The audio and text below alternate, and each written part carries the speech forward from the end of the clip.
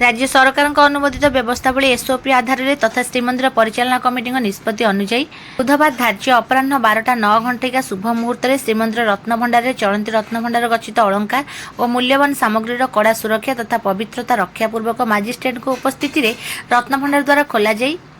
गणति कार्य शुभारंभ हो जाइछि। रत्नभंडार अलंकार आदिर गणति कार्य प्राधिकृत सदस्य माने श्रीमंदिर कार्यालय सभाकक्षठारे धार्य समय उपस्थित पूर्वक रत्नभंडार संपर्कित तथ्यर गोपनीयता रक्षा घोषणानामा देबा परे श्रीमंदिर मुख्य प्रशासक डॉक्टर अरविंद पाढ़ी और रत्नभंडार गठित उच्चस्तरीय कमिटर अध्यक्ष जस्टिस रथंग नेतृत्व में अधिकृत वरिष्ठ अधिकारी छत्ता निजोग नायक रत्नभंडार सब कमिटी सेवक सदस्य और समस्त सहयोगी पूर्वाह्न 11 घटिकार श्रीमंदिर को प्रवेश करथिले। श्रीमंदिर रत्नभंडार को प्रवेश पूर्व प्राधिकृत समस्त सदस्यवृंद पारंपरिक पोशाक परिधान पर मुख्य प्रशासक प्राधिकृत सदस्यवृंद को रत्नभंडार भितर को प्रवेश पूर्व कौन धातव जिनस निज पाखे थे बाहर रखा पुनः परामर्श देवा सह परंपरा मुताबक कार्य करने को सतर्क कराइबा पर समस्त प्राधिकृत सदस्यवृंद को नहीं समस्त गणति प्रक्रिया नियम प्रकार श्रृंखलार सह संपादन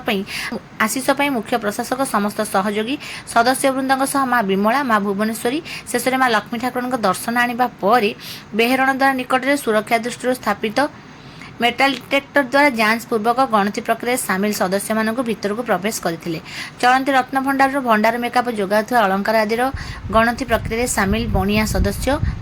जेमोलोजिस्ट एवं ओजन माप अधिकारी सदस्यवृंद द्वारा जांच पूर्वक सठिक ढंग से समस्त प्रक्रिया संपादन सह से गणति अलंकार गुड़िकर फोटोग्राफी वीडियोग्राफी सह ई कैटलॉग करा जायथिला। रत्नभंडार गणति प्रक्रिया शेष पर मजिस्ट्रेट को उपस्थित रत्नभंडार द्वारा बंद सह मुद दि जाइथिला। एही प्रक्रियार समस्त रेकर्डिंग डाटा चीफ मजिस्ट्रेट को उपस्थित में श्रीमंदिर शाखा कार्यालय स्ट्रंग रूम में सुरक्षित भाव रखा जाइथिला। सरकार मार्गदर्शिका प्रकार समस्त नियम पालन पूर्वक गणति प्रक्रिया निर्विघ्न शेष होइथिबारु समस्त सेवक नियोजित अधिकारी व्यक्तिविशेष तथा भक्त मानकर अकुंठ सहयोग साधुवाद जणाइछन्ति मुख्य प्रशासक।